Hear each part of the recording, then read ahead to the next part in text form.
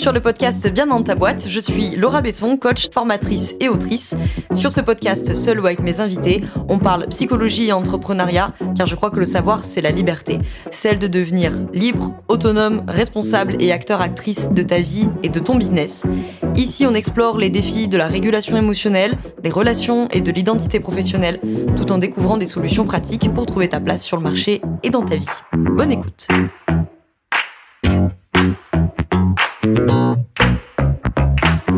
Bonjour à toi, bienvenue dans ce nouvel épisode du podcast Bien dans ta boîte. Aujourd'hui, on se retrouve avec un épisode plutôt pratico-pratique, comme tu l'as sûrement vu dans le titre. Je vais m'adresser aux pros de l'accompagnement si vous êtes dans la situation d'avoir des bénéficiaires qui vous sollicitent ou qui vous sursollicitent entre deux séances, donc en interséance.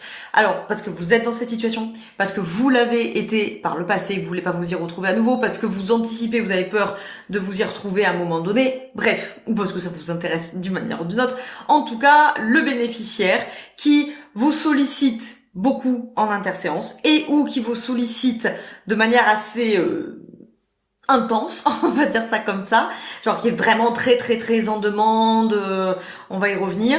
Le bénéficiaire et ou le bénéficiaire qui vous sollicite aussi à des moments encore plus, comment dirais-je, envahissants, les fins de soirée, les week-ends, la nuit même, pourquoi pas.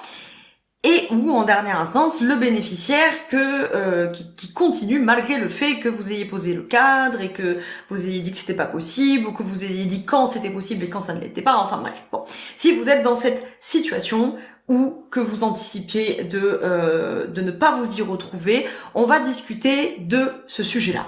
Il va y avoir plusieurs choses à voir, la question du cadre, la question de la position victimaire et la question de comment on fait, qu'est-ce qu'on dit, qu'est-ce qu'on répond, etc.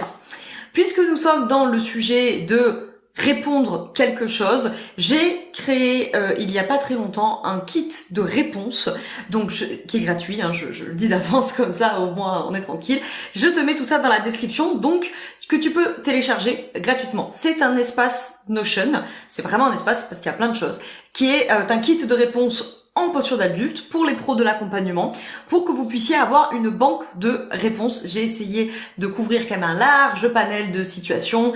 Je le prends sous les yeux, tu vois, je t'ai mis des phrases en fait qui sont construites avec le triangle compassionnel. Alors triangle compassionnel, souvent on en parle peu, voire pas, mais ça va avec le fameux triangle dramatique de Karpman, mais c'est vrai qu'on parle toujours de son triangle dramatique, on parle jamais de son triangle compassionnel, et pourtant c'est grâce à ce triangle compassionnel qu'on formule des réponses en adulte pour sortir des jeux psychologiques ou pour ne pas y rentrer.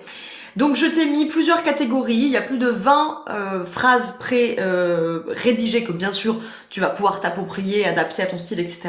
Mais pour que voilà, tu puisses avoir des réponses, que tu sois pas prise au dépourvu s'il y a une situation que tu retrouves souvent chez tes bénéficiaires ou une situation que entre guillemets tu sens venir avec un bénéficiaire, voilà, tu peux aller chercher. J'ai mis pour répondre à des positions victimaires et on va se reparler de ça aujourd'hui parce que souvent c'est ça le sujet.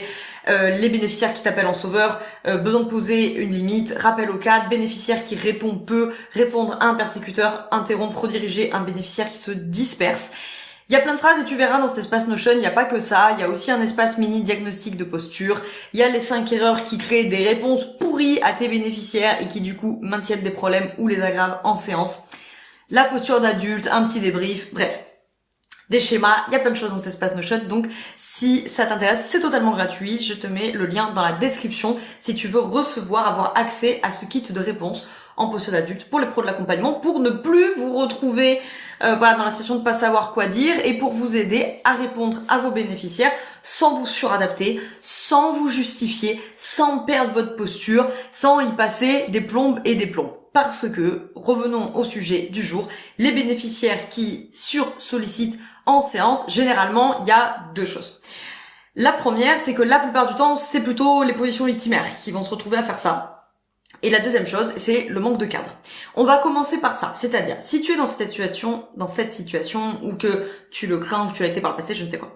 Le premier truc, c'est la question du cadre, c'est-à-dire existait-il un cadre sur comment on gère bénéficiaires et praticiens-praticiennes, comment on gère les interséances, et s'il existait un cadre, a-t-il été explicité, s'il a été explicité, a-t-il été compris, etc., etc.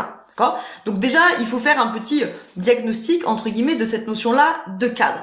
Est-ce qu'il existe des règles claires, des règles précises en ce qui concerne la disponibilité ou non du praticien-praticienne en interséance?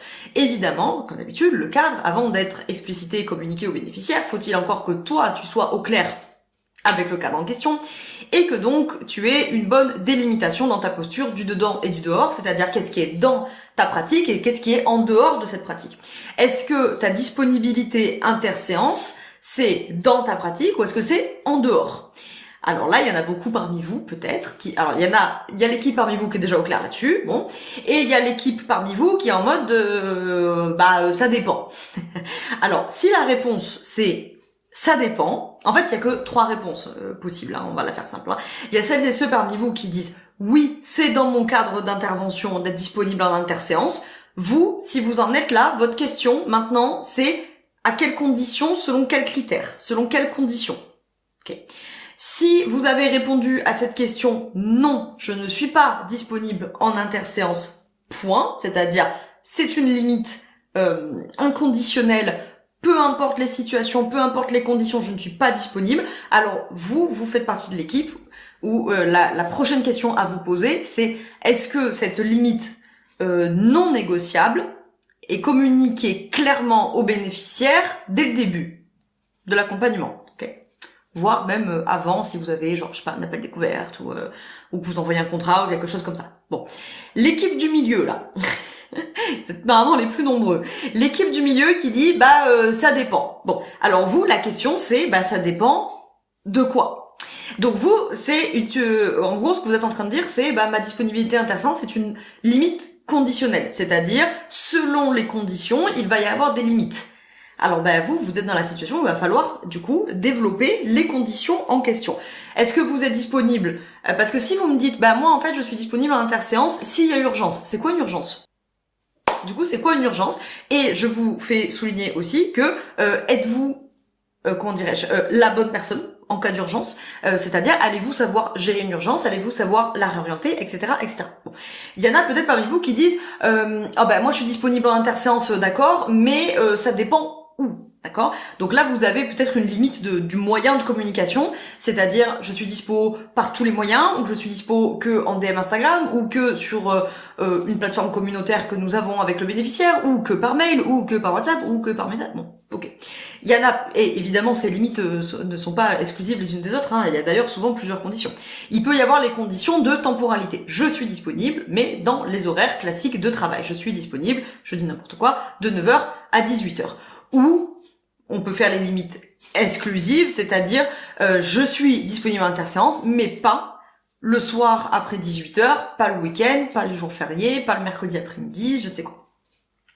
Voilà, donc et du coup évidemment ça peut s'imbriquer, on va dire ça comme ça, c'est-à-dire je suis disponible uniquement par mail de 9h à 18h, et là c'est pareil, méfiez-vous, c'est-à-dire si vous dites « je suis disponible uniquement par mail de 9h à 18h », qu'est-ce que vous voulez dire? Vous voulez dire que vous n'acceptez de recevoir des mails que de 9h à 18h la semaine, admettons, ou est-ce que vous voulez dire que vous ne répondrez aux mails que dans la semaine de 9h à 18h? Vous voyez, il faut être précis. Est-ce que vous avez un délai de réponse? Oui, non. Est-ce qu'on peut vous solliciter en interséance pour tous les sujets? Est-ce que ce n'est que pour des urgences? Est-ce que à l'inverse c'est pour tous les sujets sauf les urgences?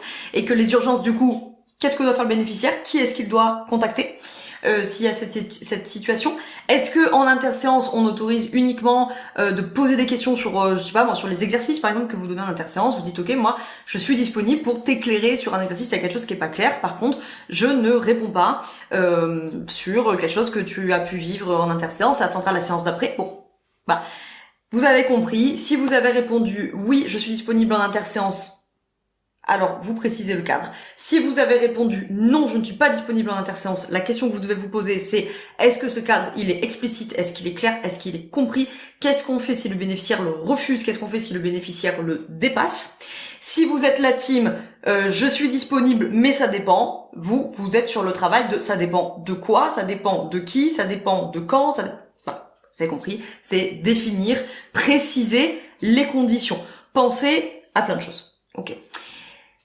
Déjà, il faut que ce sujet-là soit clair. Cette histoire de cadre, comme d'habitude, évidemment, le cadre, c'est pas juste la question de la disponibilité interséance, mais là, ça va s'appliquer. Parce qu'évidemment, un sujet que je constate très souvent dans les appels découvertes de la formation posture ou directement les élèves de la formation posture dans les permanences, dans les échanges, dans les lives, etc. Quand il y a les sujets de disponibilité interséance, déjà un problème qu'on voit tout le temps, c'est que déjà le cadre il est pas clair. Donc on peut même pas aborder la situation comme un bénéficiaire qui outrepasse le cadre. Il n'y avait pas de cadre, ou il était pas explicite, ou il était pas compris, ou bon bref, tu as compris l'idée. Donc on peut pas faire de rappel au cadre sur un cadre qui n'existait pas à la base de toute façon, ou encore une fois qui n'était pas explicite. Donc évidemment ça, pardon, j'ai une notification qui a bipé au milieu, ça a dû faire un petit pop, c'est pas vous qui avez notification, c'était moi. Donc évidemment ça c'est le premier point à avoir en tête, c'est cette question du cadre, est-ce que tout ça est clair? Si déjà tout ça n'est pas clair, il faut travailler là-dessus. Deuxième chapitre de notre épisode du jour, la position victimaire. Alors, la plupart du temps, le bénéficiaire qui sursollicite en interséance, encore une fois, si je dis sursollicite, ça sous-entend qu'il outrepasse quelque chose. Donc encore une fois, je vous en réfère au premier point qu'on a vu, c'est que il peut aussi ne pas savoir qui sursollicite. Vous voyez ce que je veux dire? C'est que si vous avez un bénéficiaire qui vous écrit une fois par interséance et que vous vivez ça comme une sursollicitation, vous pouvez quand même peut-être décemment entendre que peut-être que pour lui, c'est pas une sursollicitation. Parce que là, votre cadre, il était pas clair. Bon, vous avez compris, je reviens pas sur ce premier point. Donc, quand on est dans le cas du bénéficiaire vraiment qui sursollicite, ostensiblement, vous voyez ce genre de bénéficiaires qui écrivent plusieurs fois pendant l'interséance, voire des dizaines de fois, voire plusieurs fois par jour, parce que des fois j'ai des élèves dans la formation posture qui sont dans cette situation d'avoir des bénéficiaires qui leur écrivent tous les jours, plusieurs fois par jour, qui sont vraiment qui font exister quelque chose de l'ordre de l'impuissance totale sans le praticienne, qui vous écrit tout le temps parce que voilà, si vous êtes pas là, il sait pas quoi décider, il sait pas quoi faire. Vous avez aussi le profil qui veut vous tenir au courant de sa vie, qui vous écrit tous les jours pour tout vous raconter, blablabla. Bon. Ça, c'est pas possible. Là, il y a un truc qui va pas dans la dynamique, il y a un truc qui va pas dans l'interaction, il y a un truc qui va pas dans le cadre, il y a un truc qui va pas dans la posture, il y a un truc qui va pas. La plupart du temps, ce genre de comportement de bénéficiaire, la plupart du temps, c'est plutôt de la position victimaire. C'est-à-dire, j'en rappelle, plutôt des positions d'impuissance, d'accord ? Les positions dont la confusion de base, c'est se plaindre et demander de l'aide, d'accord ? Donc elles peuvent vous sursolliciter en interséance pour vous raconter plein de choses, pour se plaindre du quotidien, parce qu'en fait, elles ont cette confusion qui est se plaindre et demander de l'aide, et donc elles sont peut-être très en difficulté dans le quotidien pour X ou Y raison, et plutôt que d'arriver à vous formuler une demande, et bien du coup, la confusion de la position victimaire, c'est que elle va se plaindre pour appeler un sauveur. Donc la plupart du temps, quand vous êtes sursollicité en interséance, j'insiste sur la plupart du temps, parce que voilà, il faut voir, moi c'est quand on est en appel découverte, et après bien sûr en formation qu'on voit sur chaque cas spécifiquement ce qui se passe, mais c'est vrai que quand même un espèce de comment dirais-je, template qu'on retrouve beaucoup, c'est le côté impuissance, c'est le côté appel au sauveur en interséance, je suis perdu sans toi, aide-moi, je ne peux pas décider sans toi, j'ai besoin de ton avis pour tout, je m'accroche à mon praticienne comme à une bouée de sauvetage, bon. Vous voyez l'ambiance, hein. Donc, nécessairement, ça pose plein de questions. Est-ce que ce bénéficiaire, il est de toute façon dans une position victimaire un peu chronique, plutôt récurrente? Est-ce que c'est quelque chose qui peut être travaillé en séance ou est-ce que ce ne sont pas vos domaines de compétences d'expertise? À minima, est-ce que vous êtes un minimum formé pour la reconnaître, savoir quoi lui répondre, blablabla? Si ce n'est pas le cas, téléchargez le kit de réponse en posture adulte, ça pourra vous aider pour gérer les situations, on va dire entre guillemets d'urgence. Et après, si vous avez besoin de vous former en long, en large et en travers, c'est la formation sur la posture. Je vous mets dans la description le lien vers la formation, vers la page de la formation et surtout vers la liste d'attente puisque la formation ne revient pas avant le deuxième trimestre 2027. Donc, si vous écoutez cet épisode à sa sortie, c'est pas pour tout de suite puisqu'il n'y a pas la promo d'octobre, comme vous le savez, ou si vous le savez pas, puisque je serai en congé mat, si vous n'avez pas suivi cette information-là. Donc là, la dernière promotion a démarré début juin, fin mai début juin. Donc du coup, ça va nous mener au deuxième trimestre 2027. Donc si vous voulez être tenu au courant de tout, ne rien louper, parce que d'ici le deuxième trimestre 2027, vous aurez plein d'autres choses à faire. Je vous mets le lien pour vous inscrire sur la liste d'attente. C'est gratuit, c'est sans aucun engagement. C'est juste pour recevoir les mails d'information pour vous dire, voilà, c'est bon, la promo 13 démarre, à telle date, etc., etc. Bref, parenthèse. Donc, là, évidemment, il va falloir répondre à cette position victimaire. Donc, ça vous pose plein de questions. Est-ce que ce bénéficiaire, c'est une position dans laquelle il est très régulièrement? Je pense d'ailleurs à une élève de la formation posture qui a souvent ces sujets-là. Évidemment, on est sur un profil de bénéficiaire, donc une patientèle ou une clientèle selon vos métiers respectifs. Elle est sur ce profil qui a énormément d'errance médicale et d'errance thérapeutique. Donc nécessairement, quand ça arrive chez elle,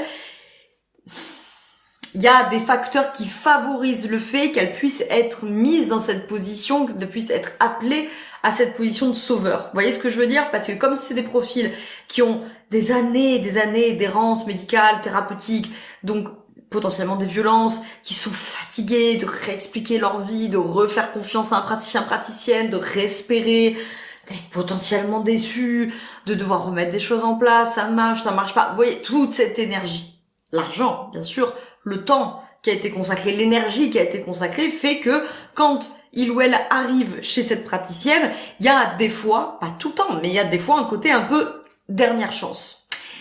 Et donc forcément, déjà, tu sais que tu es sur des profils qui vont avoir tendance à être souvent en position victimaire, souvent t'appeler en position de sauveur. Il faut à tout prix avoir travaillé votre posture. Et si vous êtes déjà dans cette situation, il faut à tout prix s'occuper de travailler votre posture et notamment cette question de position de sauveur. Parce que bon, là, je vous refais pas le truc sur le sauveur, j'en parle très souvent. Je vous mets dans la description playlist vers tous les épisodes sur ces sujets-là, si vous voulez compléter, si vous n'êtes pas un habitué ou une habituée du podcast et que vous n'avez pas les épisodes antérieurs pour aller creuser ces trucs-là. Mais voilà, hein, je vous le rappelle, vous le savez, le sauveur est une position qui s'épuise, c'est une position d'endettement. Une fois qu'il est épuisé, il va lui-même passer en position victimaire. Là, dans ce genre de situation, vous voyez bien que la position victimaire, c'est très très très occupée par le bénéficiaire. Vous risquez de n'avoir aucune autre solution que d'aller du côté du persécuteur. Sauf que je vous le rappelle, la position victimaire, elle est en bas du triangle de Karpman. Si vous êtes en persécuteur, vous les maintenez en position victimaire. Donc ça ne va rien changer. D'accord? Et si en plus vous avez une position de sauveur très très installée, je vous rappelle vos constructions du monde de base. Je suis mauvais, mauvaise, je suis coupable. Plus vos constructions à vous, je suis insuffisant, je n'en fais jamais assez, je suis pas légitime, je sais pas quoi. Bon, je suis mauvaise, je suis méchante et je suis coupable. Vos deux constructions du monde de base là, nécessairement vont faire que quand vous allez être sursollicité en interséance, il y a un moment ça va vous saouler, ça va vous énerver, ça va vous agacer, mais vous allez être rattrapé par ce truc de oui mais quand même il faut que je réponde. Je suis pas sympa de pas répondre, je suis méchante, je suis pas gentille, je peux pas la laisser comme ça. Voilà, et là vous voyez, je suis mauvaise, je suis méchante, et en deuxième instance, je suis coupable. S'il se passe quelque chose, ça sera ma faute, et puis elle va super mal, je peux quand même pas la laisser toute seule, il faut quand même que je réponde, c'est normal, c'est mon bien. Et ça va finir par vous poser d'autres problèmes, hein, parce que ça peut vous poser problème dans votre vie personnelle aussi, parce que peut-être que les gens avec lesquels vous partagez votre quotidien, au bout d'un moment, ils peuvent dire c'est bon quoi, tu peux lâcher un peu ton téléphone, il y en a que pour ton boulot, et du coup, qu'est-ce que vous allez penser? Et je suis méchante, et je suis mauvaise, et j'arrive pas à gérer, et je suis coupable, et de toute façon, quoi que je fasse, c'est jamais assez, et quoi que je fasse, on me reproche un truc, je connais la chanson par cœur. Donc, évidemment, là, il faut travailler ces questions-là. Vous avez en face, potentiellement, position victimaire.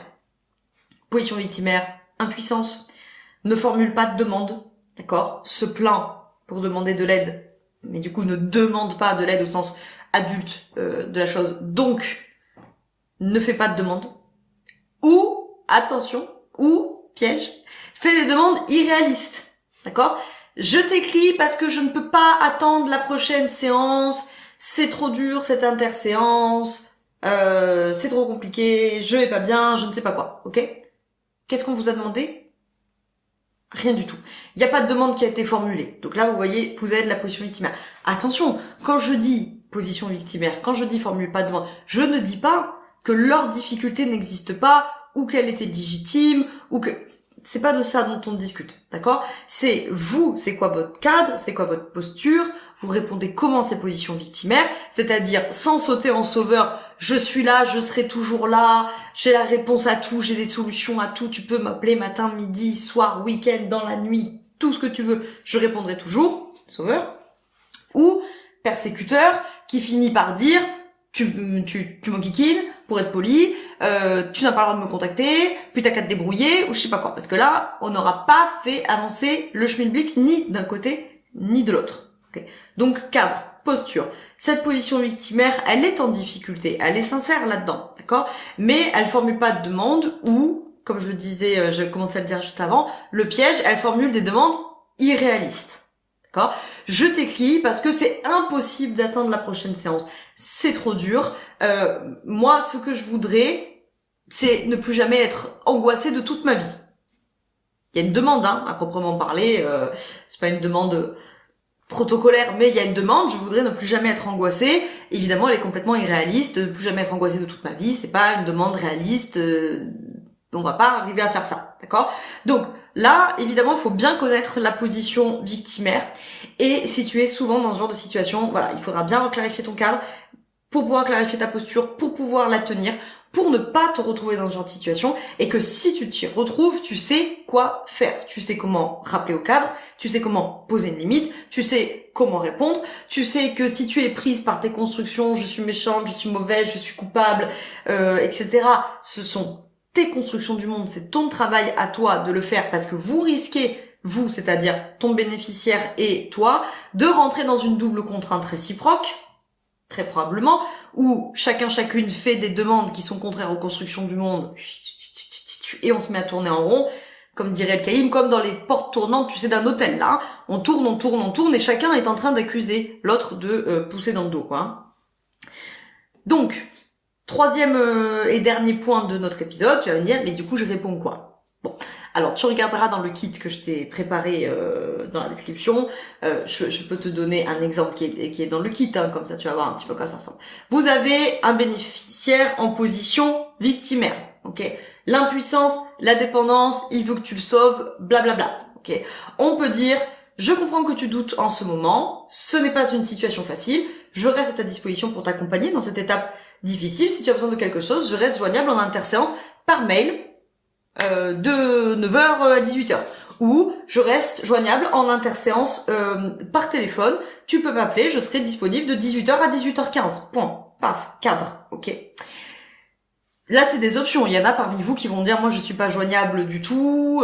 Il y en a qui vont dire, ça, c'est mon objectif, mais pour l'instant, je n'en suis pas là parce que je sais que je ne tiendrai pas 18h, 18h15 et que ça va déborder et qu'en fait, ça va être une séance gratuite en plus et que, voilà, évidemment, si vous faites ça, c'est que vous êtes capable, à 18h15, de dire, je vois qu'on arrive maintenant au bout du quart d'heure qui était disponible pour cet échange. Donc, écoute, je suis ravie que tu aies pu t'en saisir et que ça t'ait fait une petite soupape. On se retrouve maintenant la semaine prochaine pour notre séance. D'ici là, si tu as besoin, insérer ici ce qui est OK avec votre cadre, tu peux me rappeler tel jour à telle heure, ou tu peux m'envoyer un mail, ou tu peux écrire dans ton carnet et on reprendra tout ce qui a été écrit dans ce carnet dans la prochaine séance, ou tu peux déposer par mail, je lirai ton mail et j'y répondrai dans les 48 heures, ou tu peux déposer par mail, je le lirai, je n'y répondrai pas, mais il sera bien lu et nous le traiterons ensemble en interséance. Voilà.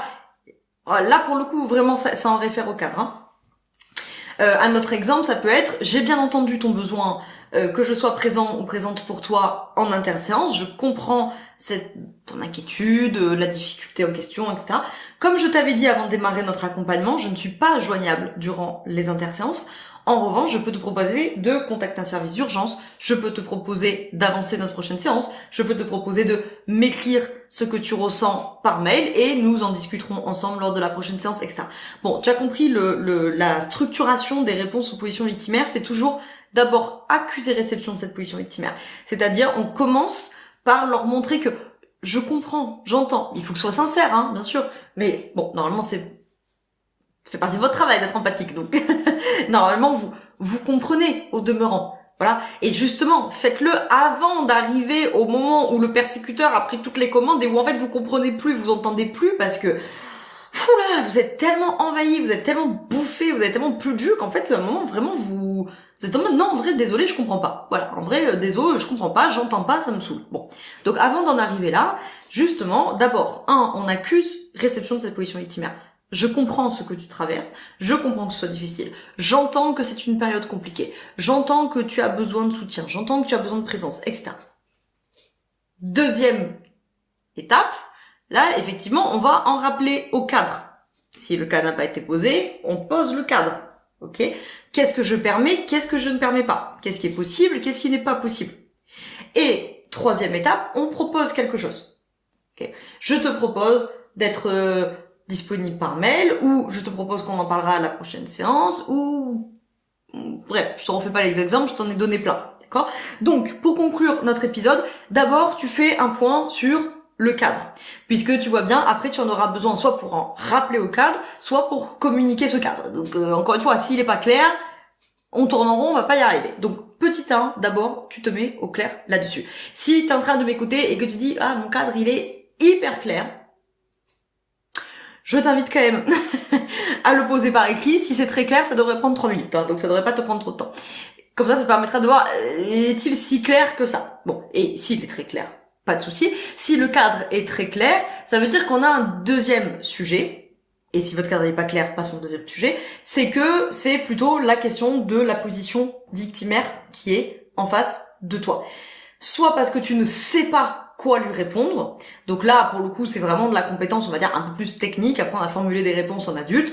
Comme je te l'ai dit, je t'invite à télécharger ton kit, comme ça te donnera déjà des premières pistes, des exemples, etc., etc. Sinon, te former, moi, je vous propose dans mes formations qu'on travaille avec le triangle compassionnel de Karpman. Au demeurant, il y a d'autres outils possibles, d'accord ? Apprendre à répondre.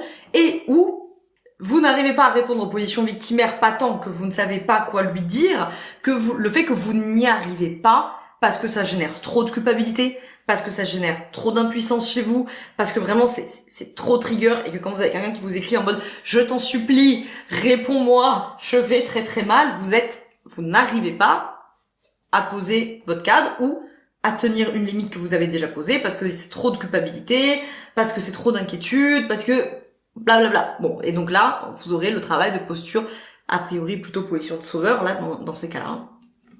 Voilà, donc je vous invite à regarder ce petit kit. Encore une fois, c'est gratuit, c'est un espace Notion, il y a plein de choses dedans. Vous regarderez tout ça tranquillement. Je pense que vous avez de quoi bien bosser déjà avec ça.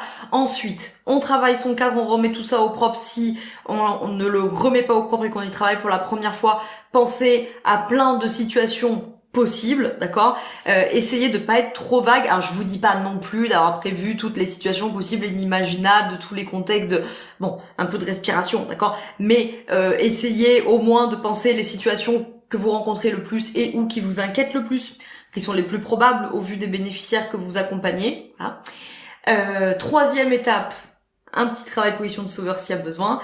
Quatrième, donc position de sauveur face à la position victimaire. Ou persécuteur face à la position victimaire, c'est possible aussi. Tac. Et dernier point, évidemment, c'est la question là pour le coup de répondre. Mais encore une fois, pour répondre, il faut qu'on ait le cadre, ok ? Quoi qu'il en soit, c'est vraiment un sujet qu'on retrouve très souvent. Donc si tu te retrouves dans cette situation, que tu as peur de t'y retrouver, que tu t'y retrouvé souvent, ne culpabilise pas. C'est vraiment quelque chose que j'entends très très souvent dans les appels découvertes. C'est quelque chose que j'entends qui revient très très souvent en formation posture. Voilà, soit par des élèves qui le vivent, soit par les élèves qui anticipent de ne pas vouloir se retrouver dans cette situation. Et voilà, la question du cadre, elle sert à prémunir ce genre de situation ou à gérer ce genre de situation quand elles sont là. Et comme je le dis tout en appel découverte, je ne suis pas là pour dramatiser, mais il peut aussi des fois se passer des choses pas cool. Il peut se passer en interséance des urgences, il peut se passer en interséance des drames, il peut se passer en interséance des situations vraiment très difficiles à gérer, d'autant plus si vous n'êtes pas formé, blablabla. Donc vraiment, je vous le dis tout le temps, le cadre, c'est la protection. C'est la protection pour vous, praticiens, praticiennes, mais c'est aussi la protection pour vos bénéficiaires qui savent qu'est-ce qui est possible, qu'est-ce qui ne l'est pas, qu'est-ce qui est permis, qu'est-ce qui ne l'est pas, vers qui ils peuvent se tourner, vers qui ils peuvent pas se tourner, parce que s'ils n'ont pas d'autres ressources que vous, et que vous même d'une manière involontaire, même d'une manière inconsciente, si vous investissez la posture de la toute-puissance, que il n'y a que vous, que vous avez réponse à tout, que vous avez les solutions de tout, j'exagère un petit peu, mais vous comprenez, en position de sauveur, d'accord, et que vous ne posez pas de cadre, évidemment, vers qui voulez-vous que votre bénéficiaire se tourne s'il va très très mal en interséance? Vers vous, il n'y a que vous. Donc, nécessairement, il faut anticiper ce genre de choses. Si vous n'êtes pas formé à gérer des situations d'urgence en interséance ou que vous ne voulez pas les gérer, alors il ne faut pas, pendant vos séances, accepter d'une manière ou d'une autre, volontaire, involontaire, un petit peu, beaucoup, passionnément à la folie, d'être dans des positions de sauveur et ou de persécuteur, dans des positions de parents inadaptés. Sinon, de surcroît avec un cadre qui est pas clair, parce que sinon, faudra pas s'étonner que votre bénéficiaire, il s'en réfère à vous. Vous voyez ce que je veux dire, hein. Donc, et voilà, il faut que tout ça soit le plus clair possible parce que c'est des questions de protection pour tout le monde. Si tu veux aller plus loin, eh bien, petit 1, le kit réponse adulte pour les pros de l'accompagnement, c'est gratuit, c'est dans la description. Le budget du dessus, mais encore accessible, c'est que si tu veux commencer à voir un petit peu ces histoires de posture, tu peux télécharger les replays de l'immersion posture, ça c'est aussi dans la description. Donc là on est plutôt sur un budget 40-50 euros. Même budget encore inférieur, vous avez l'auto-coaching, sortir de la position du sauveur, c'est plutôt ce point-là où vous dites ça, il faut vraiment que j'avance. Je vous mets les liens dans la description, comme ça je vous occupe pas pendant 45 minutes à tout vous présenter, mais comme c'est des petits produits, ça pour le coup, donc c'est des produits dont je parle moins, peut-être vous les connaissez pas, donc je vous mets dans la description les liens pour aller découvrir. L'auto-coaching, c'est tout en autonomie, les replays de l'immersion posture, c'est tout en autonomie. Donc voilà, du coup c'est des plus petits budgets, ça permet, c'est pas gratuit comme le kit, mais ça permet au moins de commencer à travailler ces sujets-là sans arriver sur des trop gros budgets. Après, si vous avez besoin pour le coup vraiment de travailler ça peut être en accompagnement individuel si vous avez besoin de supervision. Alors là, il nous reste que 2 places jusqu'en septembre. Donc je mets là aussi le lien dans la description. Si vous avez besoin d'accompagnement individuel, la supervision individuelle, je vous mets le lien dans la description pour aller voir ce que c'est, à quoi ça ressemble, blablabla. Le budget, c'est 550. Comme ça, je vous les donne les budgets, vous voyez. Donc, vous avez du gratuit, du 27 ou 29, du 47, du 550. Pour les 5 séances, blabla, vous irez voir tout le contenu, machin. Par contre, ça, je précise, il ne reste que 2 places disponibles en accompagnement jusqu'à fin septembre, puisqu'il faut que l'accompagnement rentre avant fin septembre, puisque début octobre je pars en congé mat, donc il faut bien sûr que vos accompagnements soient terminés fin septembre. Donc il ne reste que 2 places pour ça, et la reprise ça sera en 2027, mais je ne sais pas quand, donc au mieux au 2e trimestre, peut-être même que au 3e trimestre 2027. Et l'étape suprême, c'est la formation posture. Donc là, on est sur le budget le plus gros, 990. Et là, pour le coup, c'est sûr que ça revient pas avant le 2e trimestre 2027. Donc là, il n'est pas possible de nous rejoindre maintenant. Par contre, il est possible de rejoindre la liste d'attente. Comme je te le disais, ça c'est gratuit, ça n'engage à rien, ça permet tout simplement, comme je te le disais au début, de recevoir les mails pour être au courant de coucou, voilà, ça y est, il y a les dates, on va démarrer tel jour, telle heure, machin, sous tel format. Voilà, formation posture pour les pros de l'accompagnement qui veulent passer d'une posture, comme on a vu là, c'est-à-dire d'une posture qui est pas forcément catastrophique, qui peut être catastrophique, mais pour la plupart d'entre vous, elle est pas catastrophique, mais elle est bricolée. Voilà, elle est bricolée, elle est suradaptée, elle est là, hein, ça tient la route, mais c'est le papier peint qui tient les murs, comme disait mon prof. Hein.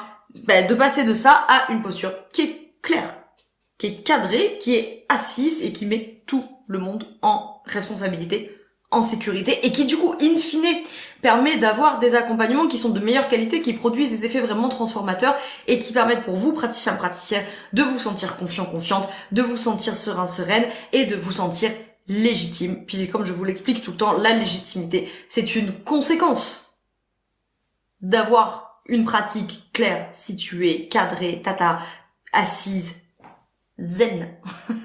Tu peux être zen quand tu sais que, voilà, c'est solide, ça va pas foutre le camp, ça va pas s'ébranler, ça va pas se prendre un séisme dans la tronche, donc là, voilà, là on peut être confiant, là on peut se sentir légitime.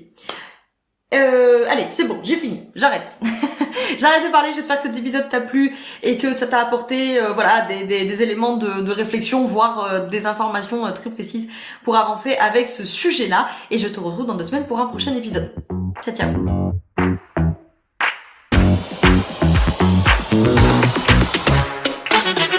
Je te remercie d'avoir écouté cet épisode jusqu'au bout. Tu peux retrouver l'ensemble des informations et des liens en description de cet épisode. Si tu as des idées, des suggestions ou si tu as tout simplement aimé cet épisode et que tu veux me le dire, direction Apple Podcast pour laisser un commentaire et 5 étoiles. C'est ce qui permet au podcast d'aider plus de personnes et ça permet aussi de me soutenir. Tu peux aussi partager cet épisode à un entrepreneur ou une entrepreneuse qui pourrait en avoir besoin. Je te souhaite une très belle journée ou une très belle soirée selon quand tu m'écoutes et surtout, je te souhaite d'être bien dans ta boîte. Ciao, ciao.